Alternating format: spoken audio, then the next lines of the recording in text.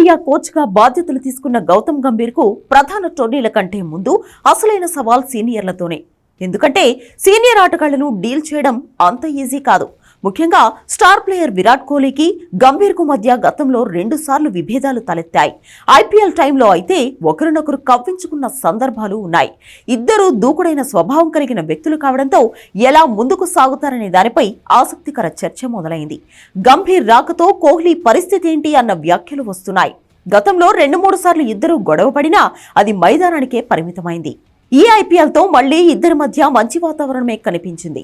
Season మధ్యలో బెంగళూరు, కోల్కతా మధ్య match సందర్భంగా ఇద్దరు హక్ చేసుకుని గొడవలకు ముగింపు పలికారు.